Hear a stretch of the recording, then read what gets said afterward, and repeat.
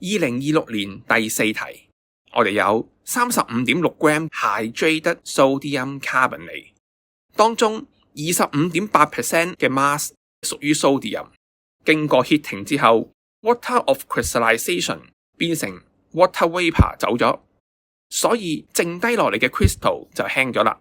題目想問究竟輕咗幾多呢？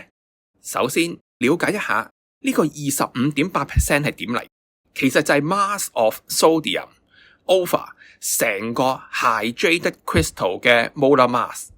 執靚條式 N 原來等於4，實驗前後嘅 mass ratio 其實就係 anhydrous over hydrated crystal 嘅 molar mass ratio， 即係106 over 178。